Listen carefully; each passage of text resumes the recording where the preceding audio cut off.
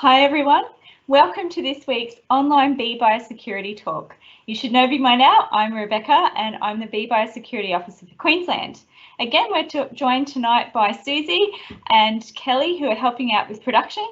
And unfortunately, Hamish is on holidays, taking a well-deserved break, so he's not joining us this week. Now, before we start, last talk tonight in series number 2, but we're going to be moving to series number 3 in the upcoming months. So if you could just switch to the slide, Susie, and we will be starting monthly rather than fortnightly. And the first talk will be on the 3rd of November.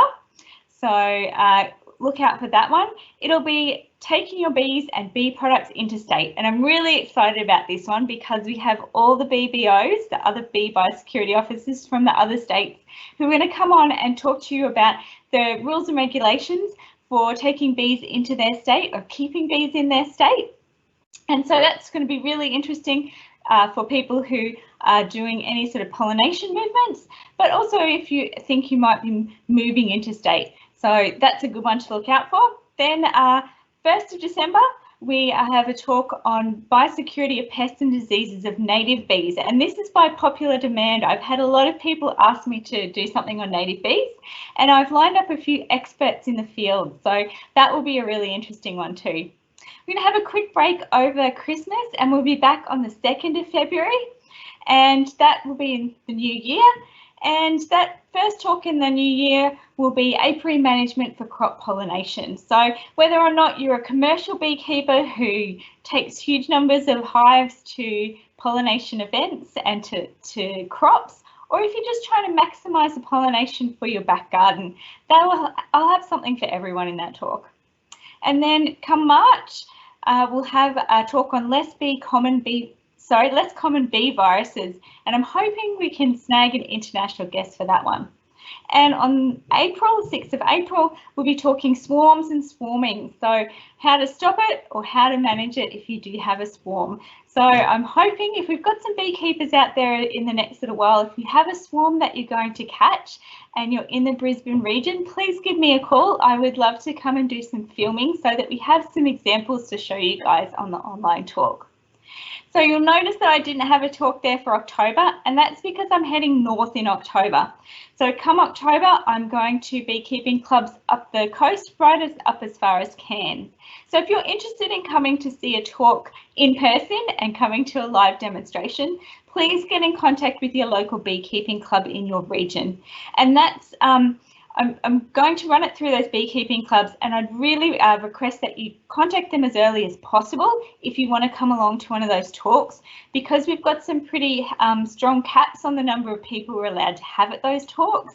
We need to make sure that people are thinking about that well in advance, because if the numbers get too big, I've got opportunities at some of those locations to run 2 sessions. So take home message there, if you're keen on one of those talks and coming along to that, contact your local beekeeping club and they can give you the details for each of those talks in those regional areas. So looking forward to hopefully seeing many of you in person in October. Okay, so let's move on to tonight's talk. And tonight's talk, we are going to be focusing on upcoming spring. So, there we go, getting your hive ready for spring. And so the first thing we need to think about is, why is it important? Why are we so concerned about what's going on in spring? Well, largely because winter is a pretty tough time for bees. And so coming out of winter, a lot of hives might be quite weak. They've had a long time where they've had not very much food, and all of a sudden they're having to rapidly increase the number of bees to get ready for that nectar and that honey that's going to come in. And so they're pretty stressed. And so we need to make sure that we're keeping up with them and looking after them. We also start to get a lot more movement going on in spring. So the bees over winter have been pretty calm. They might not be leaving their hive much. They're not going as far. Come summer, they're going to be sort of exploding out, going to all different locations, looking for honey, looking for nectar flow in a whole different range of different places. Now, the risk that comes with that is that your bees are going to be going to new locations, and there's a possibility that they'll pick up a pest or a disease.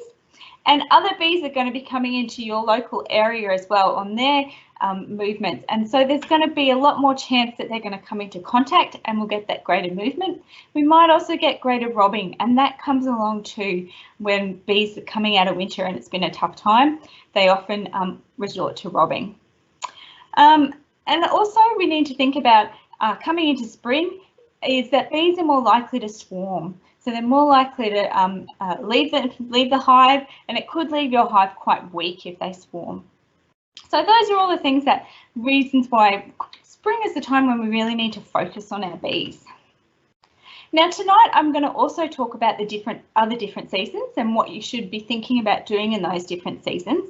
But I just wanted to remind you that I'm speaking from Australia, from Queensland, and so if you're in the Northern Hemisphere, and we do have a few listeners from the Northern Hemisphere, your spring, summer, autumn, winter, they're going to be reversed. So when I'm talking about spring in Queensland, we're talking about September, October, November, and if you're in the Northern Hemisphere, we're talking about sort of May, April and March. So just keep that in mind. But the other thing to consider too is that here in Australia and Queensland, we have a big range of different climates. And so even just in Queensland, there's a big difference between the range of temperatures you'll see somewhere like Stanthorpe, where it can get very cold in the winter and quite warm in the summer, and then Cairns, where you've got a more constant temperature all year round, and it's much, much warmer. You don't have those dips in the temperature. So the other thing to consider is that in those northern areas, because of that lack of change in temperature, the different seasons or the different changes that happen in your hive are really linked more to nectar and pollen flows and not to temperature changes. So in southern regions, those temperature changes then cause a change in the nectar and pollen flows, which then lead to differences in what your bees are up to. Whereas in the northern areas, that's not so much the temperature, it's often the rainfall that's really driving those nectar and pollen flows in the flora of the area. And in that case, you can in those northern areas have more than one of the cycles a year. So your bees might have a couple of times when season's good and a couple of times when it's not so good. So you'll have these cycles happen maybe more than once a year. So in Northern Australia, particularly in Northern Queensland, we have a slightly different seasonal, I guess, set of times. We've got the dearth, which is when things aren't so good. It's usually pretty dry. We've got the build-up, the honey flow and the harvest. Let me just talk about what that means in terms of the other seasons, because we're going to talk about them together in a moment, and they kind of line up a little bit in that the dearth is usually that time of year when there's not a lot of resources down south either, so autumn and winter. So it's not necessarily going to happen in autumn or winter, but it's the same kind of conditions that we're talking about. The build-up is like early spring when things are revving up and we're getting more floral resources. Then honey flow is sort of that late spring, early summer, and that harvest is that late summer into autumn when mostly we've got a good flow of honey and then things start to sort of peter out at the end of autumn. So what are these temperature or weather, not so much temperature, but weather changes that are associated with these different northern periods? Well, the dearth is usually either a period of drought when we've got very little rain, and so there's then very little nectar and pollen. And then it can also be when the bees don't have access to that pollen and nectar, and that can be because of really heavy monsoonal rains. The bees can't get out and fly, and it has a similar effect on them. It's a lack of resources, so that can also be the case in the dearth. And you can also have the dearth occur when you've got no break between that drought and that heavy monsoon. So they've gone from no food because it's too dry to sure there's food, but we can't go and get it. So there's a range of different circumstances that can lead to that dearth condition, and it's all about how much floral resources there are available to your bees. The build-up's when we start to get honey flow coming. So often it's the beginning of the wet period. There may be very little food to start with, similar to what early spring here in the south. And then we get the honey flow period. So this is when you're getting fairly regular rain, enough to have a good honey flow, but not too monsoonal, so the bees are still getting out, and you've got abundant nectar and pollen. So it's usually similar to our late spring and summer here in the south.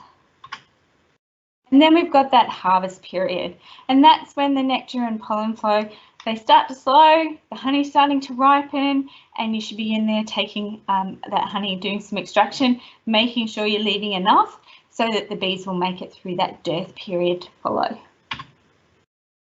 So let's talk about each of these in a little bit more detail.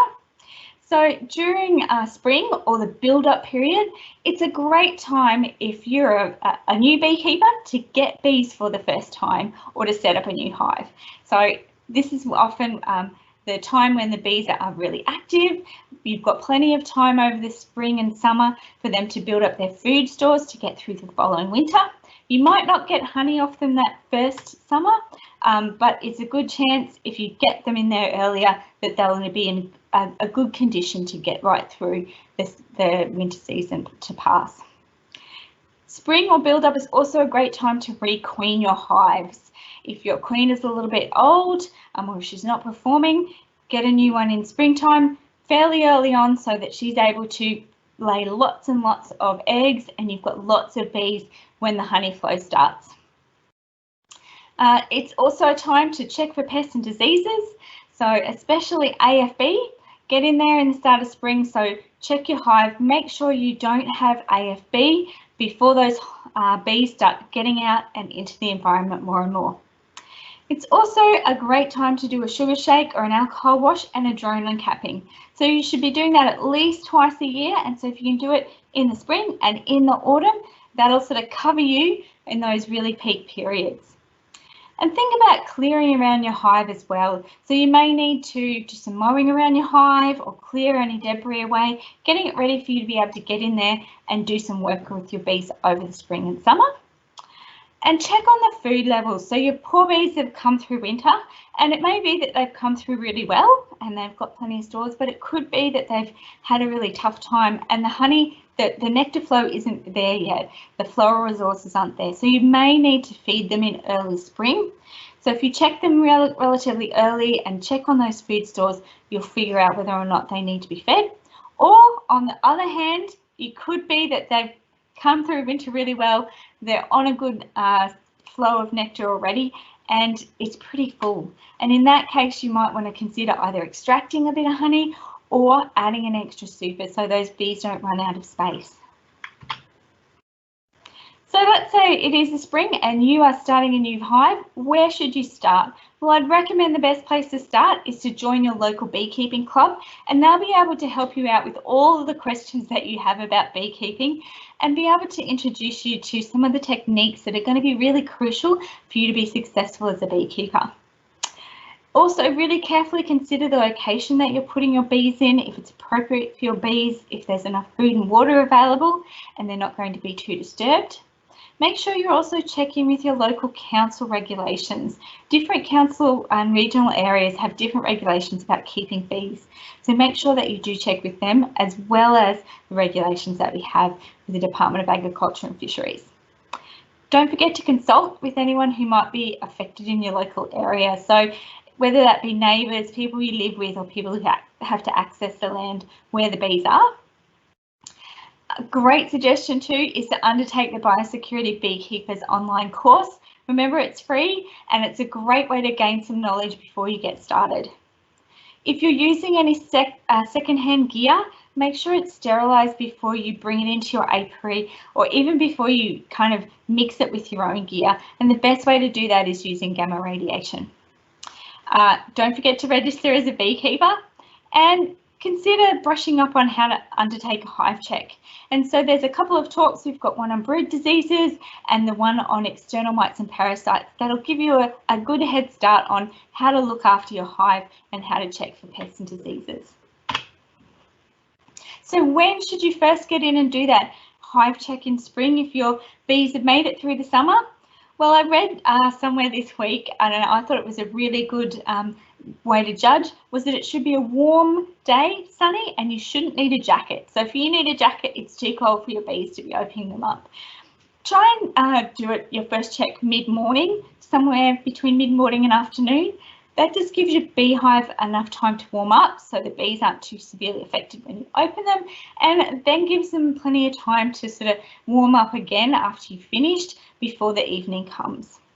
And with that first check, make sure you're being really thorough. So check you've got a laying queen and she's being productive. Have a look for queen cells. I'm going to talk about that in a minute. Have a look for honey stores. Make sure there's enough food there and it's not dwindling.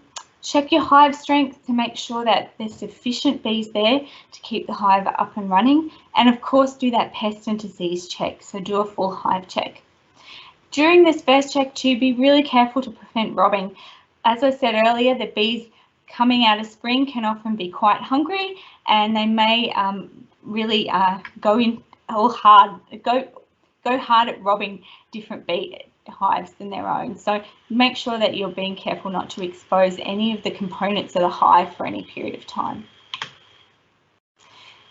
So the other thing that happens in early spring is swarming. So how do you know if your hive is at risk of swarming? Well, swarming normally occurs from September to March, but its peak is really around October, November. So really at the moment, it's when you should be sort of really concerned about swarming in your hive. And bees swarm because they're running out of room in their current space. So there are a few signs that your bees might be ready to swarm. For a start, early on, you might find that there's just a lot of bees. So your frames are covered in bees, there's nowhere for them to go, which is a good sign, but it's also a sign your hive might be getting full. There's also likely to be limited or no space for new honey storage or for new brood.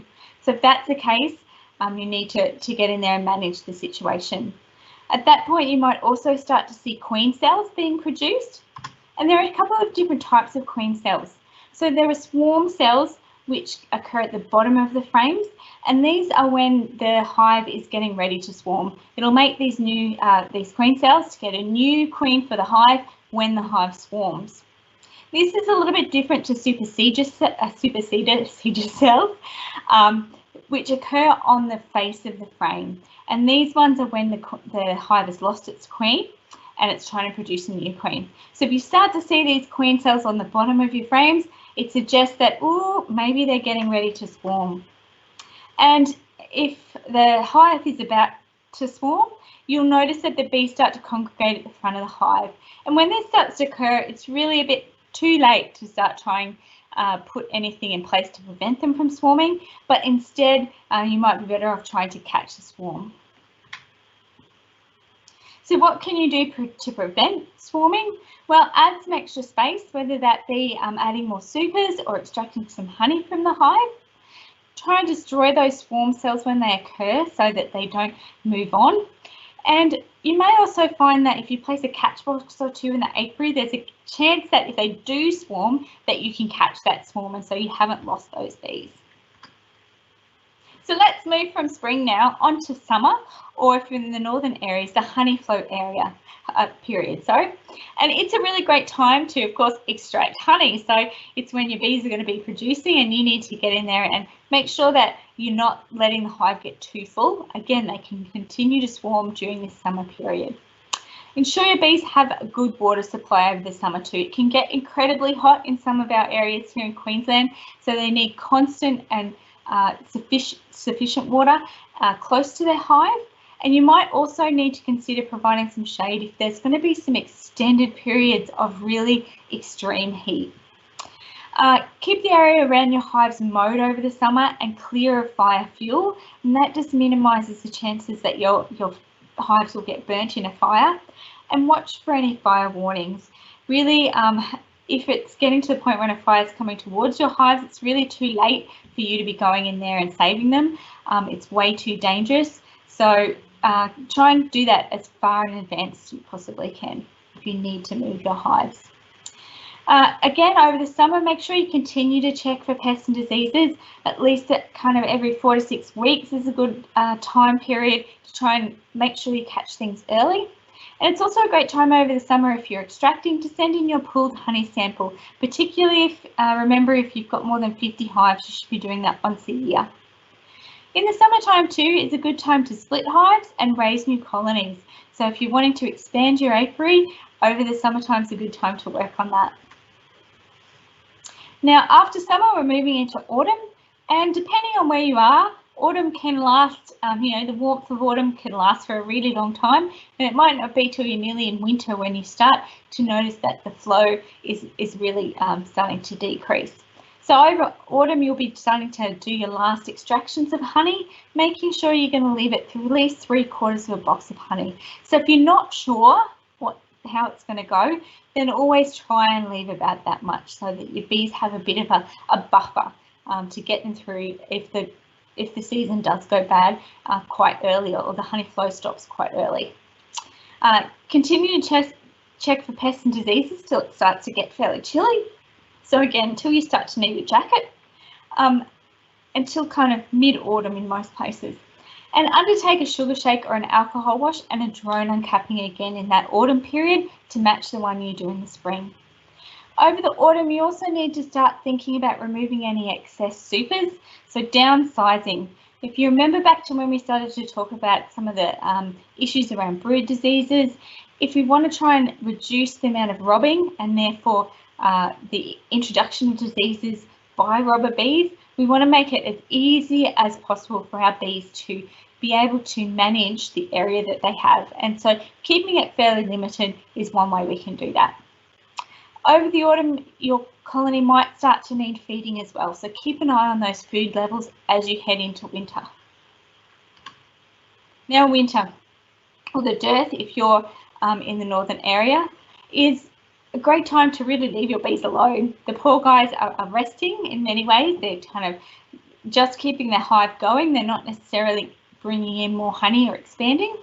So if you can minimise any checking that you do, try not to open the hive very much if possible. If conditions were poor coming into winter, you're possibly going to have into autumn, you're possibly going to have to feed in the winter. Try and do that inside the hive with minimal disturbance where possible. Winter's a great time also to start getting ready for the spring and summer. So preparing your equipment and your hives, doing any maintenance or repairs, and keeping up to date with your training as well. So going and doing any bulk courses, or checking up, making sure that your registration is still current. So one of the questions that people often ask about winter is, okay, my poor bees, they don't like winter, it's really hard on them, they can't go out, they use a lot of energy keeping their hive warm. Can I do something about that? Should I put them in my shed and keep them warm? Should I wrap them in a blanket? And the answer is actually not really. There's been a few studies that have looked at insulating hives, and it hasn't made a whole lot of difference to your bees, particularly in somewhere like Queensland where the temperatures don't get very cold. It's not going to make a big difference. If you're in an area that's incredibly cold and windy, you may want to consider a windbreak, but otherwise just make sure that your hive is in good repair. So coming into winter, you might find that your hive is very weak, or also coming out of spring, you might find the same thing. So what can you do? You've got a few different options. One option is to requeen your hive, and we talked about that a little bit in the last talk. It's a good option. If your hive has still got enough bees to keep ticking over for a little while, the queen will give it a real boost and it'll get back to where it hopefully was, as long as there are no other underlying issues. Another option is to join two weak hives. So if you want to do that, make sure you're first checking both hives for any pests or diseases. Make sure you're removing one queen when you unite them, or alternatively get rid of both queens and replace it with a new queen. And that can often be very effective if that queen was starting to flatten. Both those queens were the reason the hives were starting to be weak as it was. Another option is to add some brood from a strong hive into your weak hive. So if you want to do this, first make sure you've checked both hives really thoroughly for pests or diseases. You don't want to be introducing a pest or disease into a particularly already weak hive. And make sure that those hives you've gotten rid of any nurse bees, and certainly make sure that the queen's not on any of those frames that you're going to move from your donor hive into your recipient hive to bolster it. So just a quick recap. If you're in a southern area that's very seasonal, good times to set up your new hives, sort of September, October, and then to extract honey is anywhere from sort of October right through to kind of April. Swarming, you need to be concerned about, well, it can occur from September right through to March, but be quite concerned and on ball looking for it around October and November. And I put some little blue crosses on here when I thought would be good times for you to get in there and check your hive. So a couple of times fairly close together early in the spring, and then spread out during the rest of the summer and autumn. And if you're in the northern areas, very similar. So setting up your new hives in that build-up and into the early honey flow time period. The swarming can occur anywhere from halfway through sort of the build-up when we're starting to get bigger numbers and through to the honey flow. And focus your honey extraction around sort of mid-honey flow through to harvest period. Again, check them fairly close together fairly often during that build-up period, because that's when things are going to be changing very rapidly and you're looking for swarming as well. And then regularly during the honey flow and harvest periods, and minimising any checking over that dearth period. So just to wrap up, reminder to everyone that good resources include the Australian Honeybee Industry Biosecurity Code of Practice, the Bee Biosecurity Manual, the Be Aware website. Remember that the online training is free for everyone, so get onto that one. It's a great resource. And of course, always you've got me if you need to ask any questions. So particularly coming into spring, if you're not sure about AFB, if you're not sure how to check it or what you're seeing as AFB or something else, give me a quick call or drop me an email and we'll discuss it, and I'll guide you through making sure your hive is fit and healthy coming into the spring. And so that's all we have for tonight. We'll move on to questions, and we're joined tonight by Patricia, one of our apiary officers, is going to help us out with those questions. So let's just move on. The first question we have here tonight.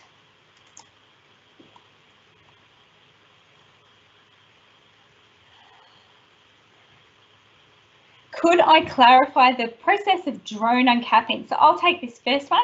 That's a nice easy one. Drone uncapping is done to check for mites. So we're looking for particularly varroa mites when we do drone uncapping. So you want some drone brood. Take it out of your brood box. Look for that drone brood, which will have those raised caps. Use your honey scratcher to gently lever them off, and when you pull your drone brood out, they'll be pearly white, creamy colour, and you'll be able to see the mites on them really, really easily. So it's a great way to check for mites. And I'll throw the next one to you, Patricia. This is a question from Manu, and he's asking he's assuming we leave a 3/4 box of honey. Do you mean a full depth Langstrong box? Yes, that's correct. Yeah. We need to leave at least 3/4 of a box of honey, because in Queensland the bees breed all through winter, and so they need the honey to feed their brood. If you take all of the honey off them and there's no nectar coming in over winter, the bees will starve. Thanks, Patricia. So yeah, keep that honey up to them because they are busy all year. So the next question comes from Jen, and well, I think this is a bit of a statement, information. Hives are swarming already in southeast Queensland. Yes, they definitely are. I've had a few reports already too myself. So keep on to that. Her hives have been busy and building since July, and so she's now just knowing that, yep, they're about to swarm, and they swarm quite early here in Queensland. Thanks for that, Jen. Okay, I've got another question for you, here for you, Patricia. When uniting two hives or adding bees to a weak hive, why do you advise removing nurse bees, and how do you distinguish between nurse bees and other bees? Okay. Well, the nurse bees are generally wearing a cape and a little hat to distinguish them as nurses. No, really, I'm not quite sure what you mean by that. Generally, when you're uniting two hives, you have one hive in a bottom box, and you one way of uniting them is to separate them with newspaper. So you put the second hive on top of the first hive, and by the time they've chewed the newspaper down, they've accepted each other and will live harmoniously. Another way is to shake the weaker hive into the stronger hive, and they may fight. But I'm not quite sure what you mean by removing the nurse bees. I think that might actually come back to, I was talking about adding frames of brood. So if you're just adding frames of brood from one hive to the next, in that case, you'd want to get rid of those bees. Yes, that's correct. Yeah. Oh, okay. Yes. But if you're uniting two hives, then you're going to want to bring all of them with you so you don't lose any. So good question. Clarified that one. Thanks, Patricia.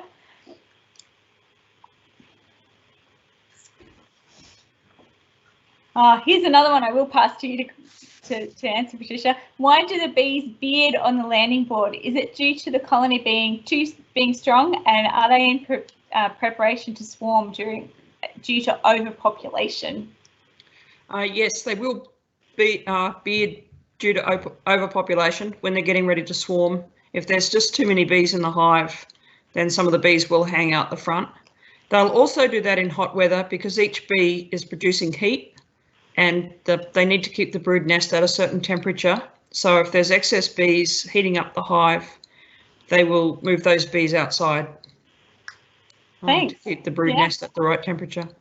So it could be a couple of reasons your bees are at the front bearding on your landing board. So next question comes from Lindsay. Do we have varroa mites in Australia? Good question, Lindsay. No, we don't yet. Fingers crossed. So we did have an incursion of varroa jacobsoni that's currently in eradication in Townsville. So they're still looking for it, making sure that it's all gone, checking that we don't have any more of it. So that's currently still ongoing. But the one that we're quite concerned about, varroa destructor, we haven't had in here, we don't have in Australia. So we're just checking regularly for it so that if it does happen to slip through our borders, we are able to find it as quickly as we possibly can and manage it as quickly as we can so that we have the highest success rate. I'll send this next one your way, Patricia. How do you know when the nectar flow is on? Is looking at the trees or flowers, or should we look at bee behaviour? There's lots of conflicting information online. How do you tell? Okay, there's a couple of different ways to tell when a nectar flow is on. I've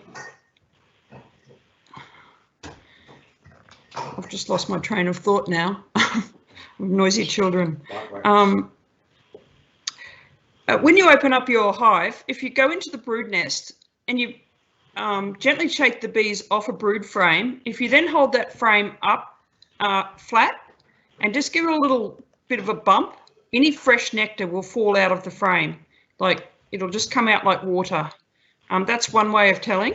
Another way of telling is when they're starting to whiten up the edges of the cappings, the edges of the cells, the top edges, they'll get a white. You'll look down through the frames and you'll see all the edges are white with fresh, brand new wax. That tells you that there's fresh nectar coming in. Great. And also they'll be starting to fill up their honey supers and starting to cap off with white wax. Thanks, Patricia. I actually didn't know that one about tapping the frame, so I'm going to keep that. That's really interesting. And another thing to keep in mind too, I think you bring up a really good point, Jen, is that often, particularly after a drought, our flora might flower. It might look like there's flowers out there, but often there's very little nectar in them if we're in a drought situation. And so although they could look like, oh, I've got a tree and it's got quite a few flowers on it, doesn't always equate totally to being lots of nectar there and available for the bees. So I think that's really important that we keep an eye on not just what's around and flowering, but what the bees are actually being able to bring in and what's being provided to them. Great question. Next question here, can I explain a little bit more about sugar shaking and what's involved in this? So I will tell you briefly now, but if you would like to see a really more in-depth demonstration of what to do, if you can get the link, and if you're on my mailing list, I've sent through all of the links, and on my upcoming email that's coming to you with the 3rd series and all the links for them, I'll send all the previous talks as well. So if you're not on my mailing list, just send me a quick email, and I think Susie's going to put my email in the list there in the comments, and I'll put you on the mailing list. But sugar shaking is all about looking for mites. And so when we're sugar shaking, we need to get a jar with 2 different lids. One lid is a solid lid and one lid is got a 1/4 inch grill, so that we can get the icing sugar out. We need to put about a half a cup of bees in our container, along with a tablespoon of icing sugar. We gently mix the bees in amongst the icing sugar for 2 to 3 minutes. We tap out that icing sugar into a container that's full of water, preferably a white one so we can see what's in there. And we look for mites on the top of that water. You can then add another tablespoon of icing sugar, twirl that again for 2 to 3 minutes, and shake out that icing sugar into the container. So we do a double shake and see what's in there. So then we look for mites on the top of that water. Your bees are okay after this if you've been gentle when you've been twirling them in the icing sugar, and they can just be released back into the hive. Now, sugar shake is great for anyone who's not really confident that they definitely don't have the queen. So if you're not sure about making sure that you don't include your queen in the container when you're collecting bees, then go with the sugar shake, because your queen will be fine. You'll be able to put her back and it won't kill her, as opposed to an alcohol wash, which will kill the bees that you're putting in it. So good question. And if you want to follow that up a little bit further, head on to the link for the talk on mites and external bee parasites. Here's a great question for Pete. Where can you find out what the regulations are in each state for sending honey to friends and family? Good question. That's going to be covered in our next series, in series 3. But you can also contact the bee biosecurity officers in each of those states. And if you go to the Be Aware website, the contact details for each of the bee biosecurity officers are listed on that, and they will tell you what's needed to come into their state. I think we've come to the end of the questions. Just let me check I haven't missed any.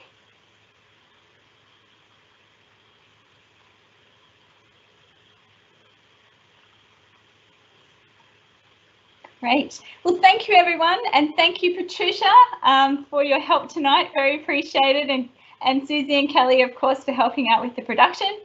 I look forward to seeing all of you very soon on the upcoming 3rd series, or maybe in person if you live in one of the northern regions. And please do, if you're not on my mailing list already, send me a quick email and I'll add you on there, and that way you'll get all the links to the upcoming talks as well as the previous ones, and details about where I'm going to be out and about giving live presentations. Thanks everyone, and I will see you come November.